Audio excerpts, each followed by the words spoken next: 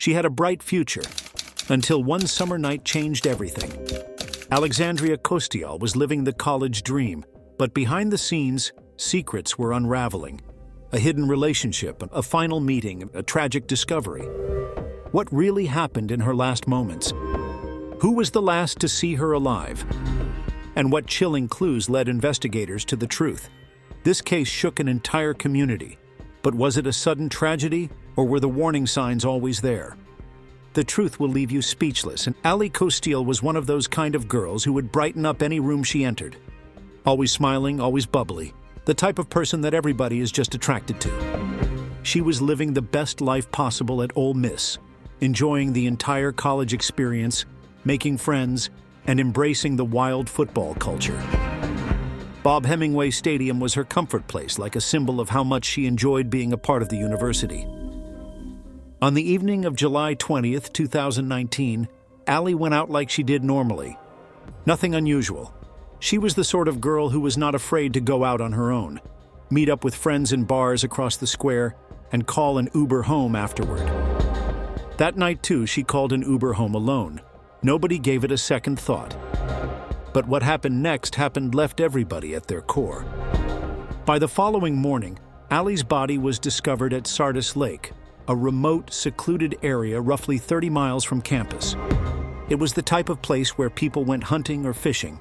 But at night, it was downright creepy, pitch black and abandoned. She'd been shot several times in the back, execution style. Outside, deputies discovered her purse thrown on the ground, her Ole Miss ID and driver's license still intact. That's how they knew it was her, but the biggest giveaway, her Apple Watch. Investigators combed through her messages, hoping they'd yield answers. But what they discovered only made it more difficult to process. Nobody could get their minds around why Ali was out there or who would want to hurt her like that. It wasn't random, that was for sure. It felt personal, but why? Her parents, Keith and Cindy, were devastated. They just continued to wait for the nightmare to be over. Like at any moment, Ali would call from college, needing them to ship more snacks or discussing some new beach decor she needed for her apartment. They just spent the last week visiting her on campus, grabbing errands, and making quick trips to Target like families do. Cindy had even spoken with Ali on the phone just hours earlier. Nothing was amiss. Ali had napped after taking a test and was going out with friends later that night. It was all perfectly normal until it wasn't. Her closest friend, Maddie, was also shattered. They'd been best friends since high school. Nights spent watching movies, driving around in Ali's convertible at midnight, prom dress shopping. Ali never had a real boyfriend in high school, just fleeting crushes now and then. Maddie always encouraged her to forget about the boys and think about the future. So no one could get their heads around that she was actually dead. Then how did Ali come to be at Sardis Lake that evening? And why on earth would anyone want to harm someone so alive? Ali was excited to begin her college years at the University of Mississippi, Ole Miss, as everyone referred to it. The entire Southern charm thing had always intrigued her. The history, the traditions, and naturally, the football culture. She had this entire vision in her mind, living that preppy sorority girl existence, meeting a sweet Southern boy, and settling down with a family eventually. By the time junior year rolled around, Ali had found her rhythm. She became super close with Morgan Hull, another girl from St. Louis like her. If there was one quirky thing about Ali, it was her obsession with redecorating her dorm room. Seriously, the girl would move around furniture like every other week, sometimes dragging stuff by herself just to get the vibe right. Elizabeth Brick entered the scene at a random campus party, and she and Ali became friends at first sight. One thing about Ali, she was sun-worshipped and had an entire Instagram account dedicated just to sunset photos. And in her freshman year, she began developing a crush on one dude from Texas, partly because Texas was like her fantasy state. She just couldn't shut up about him. How adorable he was, how she couldn't wait to invite him to one of her sorority formals. His name was Brandon Theesfeld. At first, it was the standard college hookup. She'd bring him to date parties, text him all day, you know. But there were warning signs, especially when Ali's best friend Maddie came into town. Ali had built Brandon up for weeks, but when the time to meet him, he just disappeared. Maddie knew something was wrong, but Ali wrote it off and continued living her college fantasy. Fast forward 3 years and it all came crashing down. After her dead body was found, investigators began investigating what went down that night, and Allie's Apple Watch ended up being the key. It revealed that she had been texting Brandon for hours. See, they were meeting up. When the police contacted Brandon, he continued to make excuse after excuse, stalling on meeting them. By Monday morning, he was to report for an interview, but he never showed up. That's when things became serious, and they followed his phone, and he was halfway to Texas, tearing down I-55 like he was attempting to vanish. Cops put out a bolo, be on the lookout. Notice with his vehicle description, the entire nation was keeping an eye out for him. By the middle of the afternoon, the Memphis Fugitive Task Force finally tracked him down relaxed at a gas station in his pickup truck, the one whose license plate literally read, "Take it." And in the truck, they had everything they needed: a .40 caliber firearm, bloodstains on his clothes, and more than enough evidence to connect him directly to Allie's homicide. It was like a true crime TV show, only this time it was horribly real. It all began when the police had tracked down Theesfeld to Tennessee. Lafayette County Sheriff's Department investigator Jarrett Bundren made the trip north to bring him back, and to everyone's surprise, the guy remained very cool about it the entire time. The first time they read him his rights, he shut up and demanded a lawyer, just like they show you in those crime series. He did not resist or anything, though, signed his extradition papers, and they dragged him back to Mississippi. After he was in custody, detectives began piecing together what he'd been doing in the days leading up to the murder of Allie. Because you see, it was no more a whodunit case, but turned out to be a whydunit and how. The strange thing? Nothing really seemed out of the ordinary at first. That weekend, he'd been just hanging out in Oxford, crashing at friends' houses, bowling, the usual. But things got ugly on Sunday night, and he appeared at a friend's house with a gun stashed in his backpack. He dumped it in there inside, and as if no big thing, opened up a 6-pack of beer, drank through all night, and come morning, he was gone. Now, Theesfeld wasn't saying a word to the police, but before long, his family attorney, Tony Farisi, intervened. People in town knew that Theesfeld, fine family Dr. Dad, nice childhood with hunting excursions and soccer games. Nothing in his history ever suggested violence or incident. He and Allie had initially met at a local pub during freshman year. They dated around here and there, nothing serious, at least on his part. Rather, it was Allie who liked him far more than he liked her. By sophomore year, things had gotten complicated.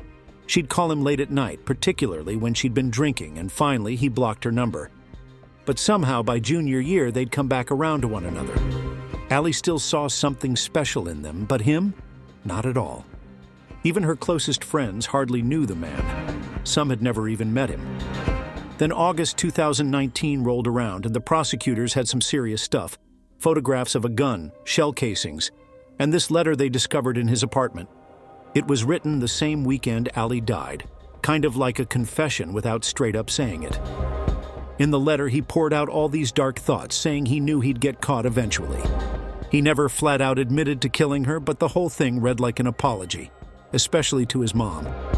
By the time the indictment was issued, they were indicting him for capital murder, the kind of charge that would send him to death row. And as for that letter, it wasn't some vague note, it was half apology, half farewell. He even passed out with a gun to his head at one point, but woke up the next morning, alive and kicking, while Allie didn't get the same opportunity. Investigators go deep, combing through scores of text messages between him and Allie. And trust me, these texts, they drop plenty of tea. Turns out since April, their texts were filled with ups and downs, confusion, emotional distress, and a relationship that wasn't exactly on the same page. Allie seemed to take things seriously, while Theesfeld, not so much. Some of her friends even recalled how Theesfeld would manipulate her through messages, saying some pretty cruel stuff. But Allie? She hardly talked about him at all.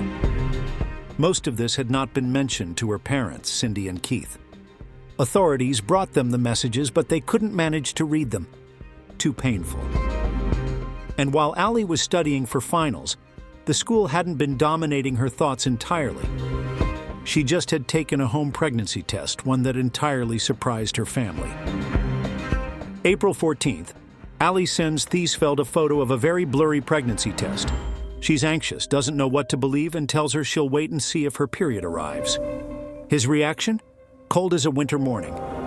He closes off any discussion about keeping the baby and flat out tells her to take a pill to terminate it. Allie, obviously conflicted, attempts to hold her ground, explaining to him she's worth more than this, even if he doesn't want out. But he has no intention of being a dad. Ali continues to try to speak with him, texting repeatedly, but he usually ignores her or half promises to get together.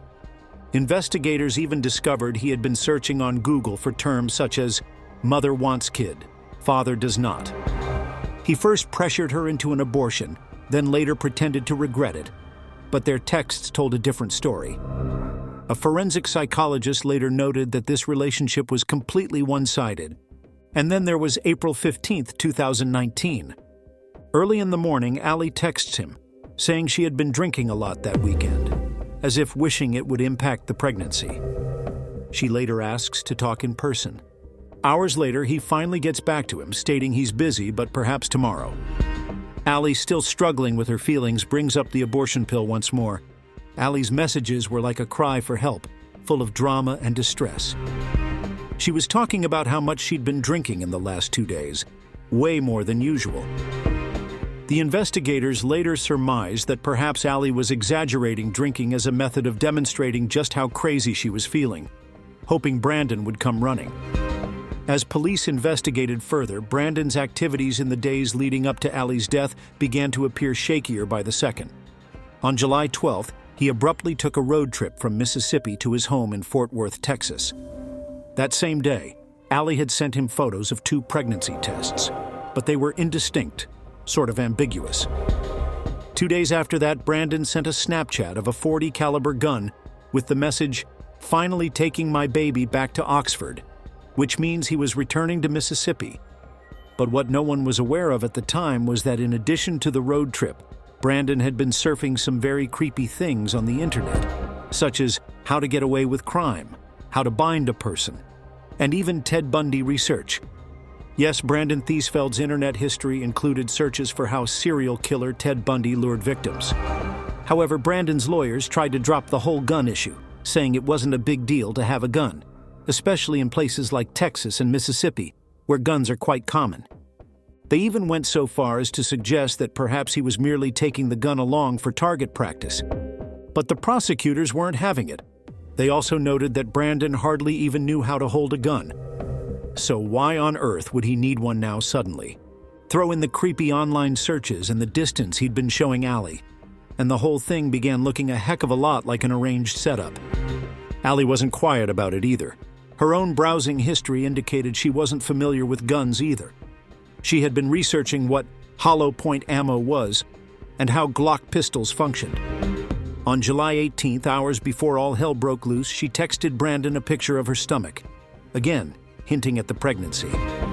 The following day, he texted her to ask if she'd be home alone, stating he wanted to come over.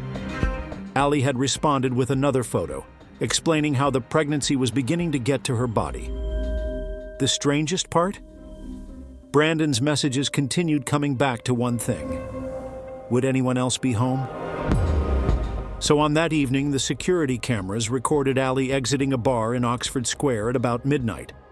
About an hour and a half later, at 1:30 a.m., she was riding in a truck with Theesfeld, bound for Sardis Lake. Now, this wasn't any place. It was out in the middle of nowhere, desolate, the type of place you wouldn't happen upon. A dirt road took them to an old fish camp, a place Theesfeld had visited during his freshman year. The following morning, the investigators arrived at the scene. There were White Claw cans on an old battered picnic table that had been emptied. 11 shell casings littered the ground everywhere. Ballistics revealed the first bullet was shot from the other side of the table. But it did not stop there. By the way the casings were scattered, Theesfeld walked around Allie and kept shooting and shooting. One of the bullets struck the table, indicating how out of control and frightening those seconds must have been. Theesfeld's defense worked differently. They claimed it was a night of partying, drinking, and poor choices. He said he had done coke in his truck and then walked back to the table and just shot a random bullet into the lake. Allie, seemingly unbothered, just laughed it off, referring to him as crazy. But then something broke. In a split second, Theesfeld flipped the gun over to her and fired at least 9 times. His attorneys maintained it wasn't premeditated, but rather a drunken, drug-induced burst of anger. They even theorized that the stress of imminent fatherhood was a factor in driving him crazy. But the prosecutors weren't convinced at all. They presented a damning case. Rather, Theesfeld had planned it for a while, going out to prospect for locations where a body wouldn't be quickly discovered. The most serious indictment, capital murder, that implied they thought a second crime, kidnapping, was involved. They told him he lured Allie into his truck, telling her they were going to discuss things, all the while having a .40 caliber gun in mind to kill her. To them, this wasn't a drunken error. This was a plan that had been in the works long before that evening. The defense pushed back, asserting there was no evidence Allie was abducted into the truck. She willingly entered it, they claimed, so to call it kidnapping was a stretch. They tried to poke holes in the prosecution's theory, making it sound like a stretch. But with the death penalty on the line, things shifted. The prosecutors offered Theesfeld a plea deal, plead guilty to first-degree murder, and he'd avoid capital punishment. On August 27, 2021, in an orange prison jumpsuit, he stood in court and took the deal. The room was packed with Allie's family and friends, all wearing pink, her favorite color, as a quiet tribute to her. Through it all, Theesfeld barely showed any emotion. But then, when it was time to speak, he cracked. He admitted what he'd done, said he was sorry, and begged for forgiveness, from Allie's loved ones and from God. But no amount of regret could undo what had happened. So even though Theesfeld apologized, no one ever really figured out why he did it. The police had a hypothesis: he was drunk and stoned on cocaine, and that likely destroyed his head. There was no huge argument beforehand, but there were rumors that Allie may have believed she was pregnant. Theesfeld wasn't sure, however, and she had conducted a home pregnancy test, but it was inconclusive. Later, the autopsy revealed she wasn't pregnant at all, which only served to make the entire case more confusing. No one would ever truly know the whole truth. In the months before she died, Allie had suspected something was wrong, had sent a text in early July saying she was experiencing bleeding, and there was even some talk that she might have had a miscarriage. But nothing was certain. For the prosecutors, the case was a wake-up call. They thought Allie had no clue what Theesfeld was capable of. If she did, they argued, she would never have climbed into his truck that evening. It was a cruel reminder that love can sometimes make people blind to the red flags that seem so glaring to everyone else. Theesfeld's family remained out of the spotlight. His mother, addressing the court via his attorney, told her that she was utterly shocked when she heard about what had occurred for the first time. With the passage of time and learning more about her son's affair with Allie, she was heartbroken not only for her son, but also for all those involved. But why do you think he actually killed her? Because she was getting an annoying problem in her life? To get rid of her child, or something else? Share your thoughts in the comment section. And honestly, murder due to unwanted pregnancy is still a common case, you might say. But what if I say even someone's nudes can also lead to cold-blooded killing? Yes, the next twisted case is only chilling but also heartbreaking and disappointing for some reason. Watch this video to know why. Subscribe to the channel for more true crime content like this. See you soon.